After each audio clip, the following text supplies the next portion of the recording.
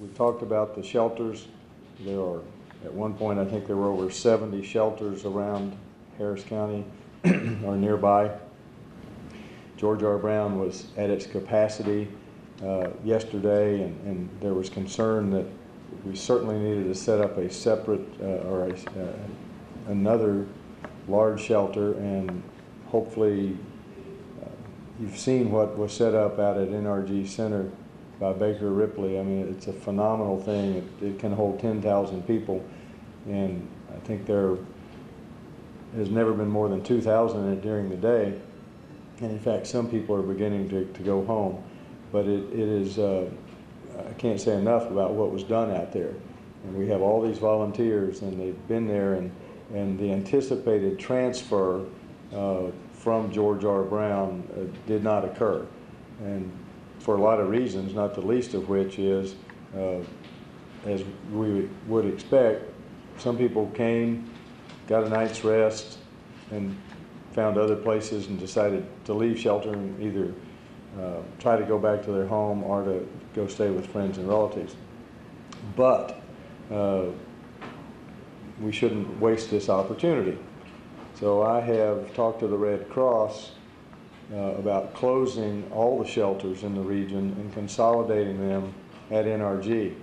And why would we do that? Well, if you've been to the NRG facility, it's got medical facilities, a grocery store, a child care area. It's a place that frankly can't be duplicated in small settings all around the region.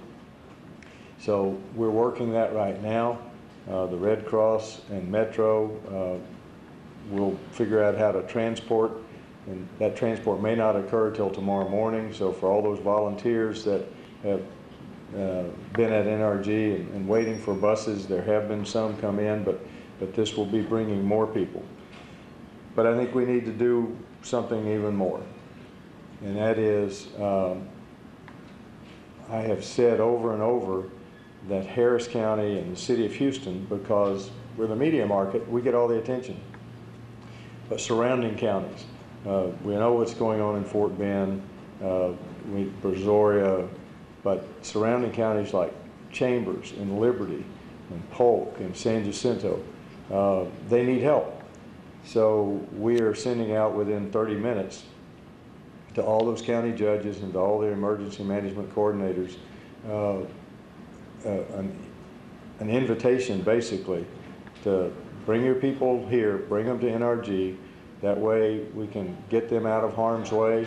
The medical triage unit is set up, all those other things that we've talked about.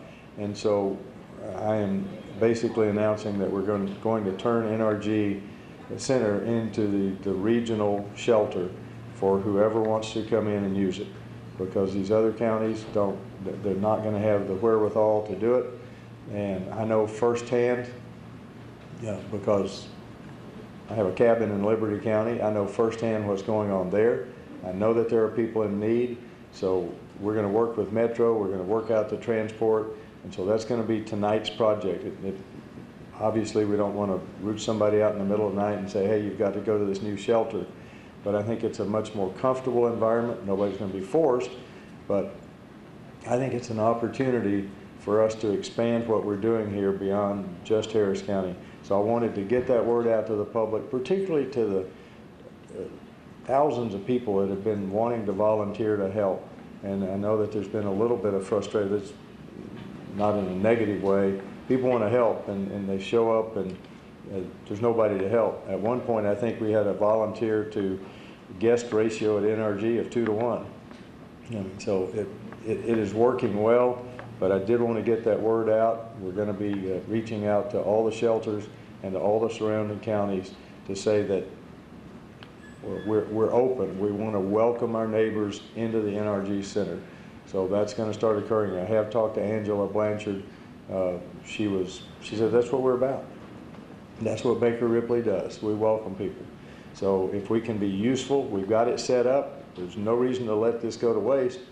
Let's make it available to others. So that was the announcement I wanted to come down and make.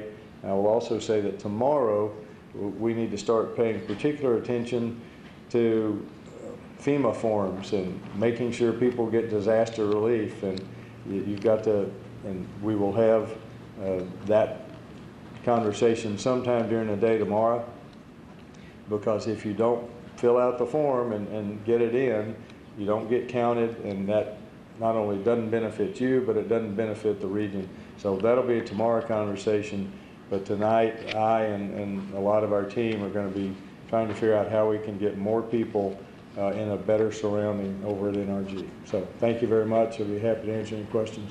What's the maximum capacity at the NRG Center? 10,000. But if there's 10,000 at the George R. Brown, and then are you getting people all the way from like the high schools in Katy? Yeah. And like the people, Yes. they're all going to be... That is our hope, because I'm glad you mentioned the schools, because schools are trying to get back in business. So it's important that those shelters, those people be transferred somewhere.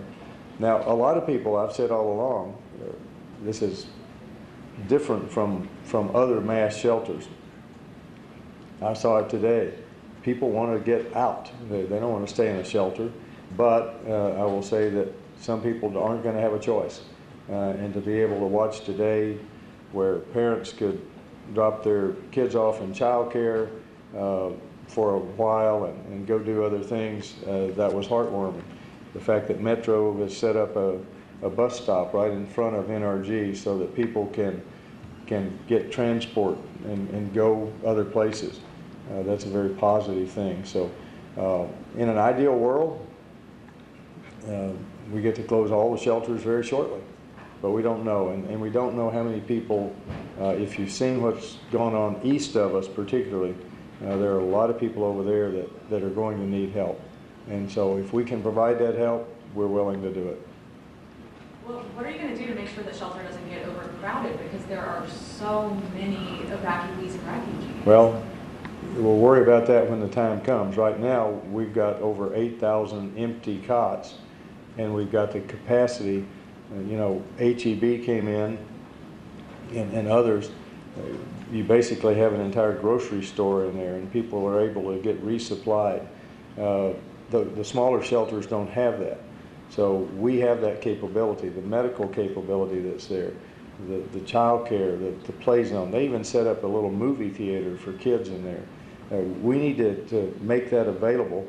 And again, we're not forcing anybody to come, but it's available, and we may as well make it available to everybody in the region. So Judge, now that you're consolidating, does that mean the George R. Brown Center will be? No, George R. Brown is still open. It's all the others. Okay, so the smaller. George R. Brown, once they went back into what they consider as their capacity, then that's fine, and they're comfortable with it. I've talked to the mayor. I've talked to Tom McCaslin.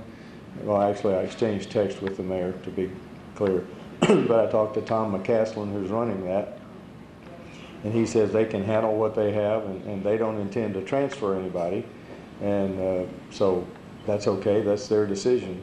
But so while we have this one set up and we have all this goodwill out there, I think we ought to use it. And so if people want to come, you know, they want to come all the way from Port Arthur, you know, we arrange the transportation and get them here. Most people aren't going to want to get very far from their home, though. So I think we're probably just talking about the surrounding counties. Okay? Once that shelter gets full, are you looking at other large shelters like maybe the Toyota Center or something else? No, the Toyota Center is being used right now, and they're closing that. The mayor at a press conference within the hour, and that's one of the things that triggered it, announced that they're able to move all the people out of Toyota back into George R. Brown. It was anticipated that those people would be moved to NRG, but they don't need to do that. That's okay. That's their decision. There's nothing critical about that. But now that we have this set up, I don't think we will get overcrowded. You have to remember the surrounding counties don't have near the population that Harris County does. But we've got the resources there to take care of people, and it would be a shame to not make that available so that people, like I said, from the surrounding counties, they're our neighbors. A lot of them work in Harris County. It just doesn't matter. So we're going to ask people to come in, and we'll see what response we get. I have a feeling, I know For example, San Jacinto County had a shelter that we ended up having to run some cots and things up to. Why don't we use our resources for everybody that can use it? So that's the purpose. Thank y'all very much. Hopefully there'll be more to say about it tomorrow morning, but we'll be working on that tonight. Thank you.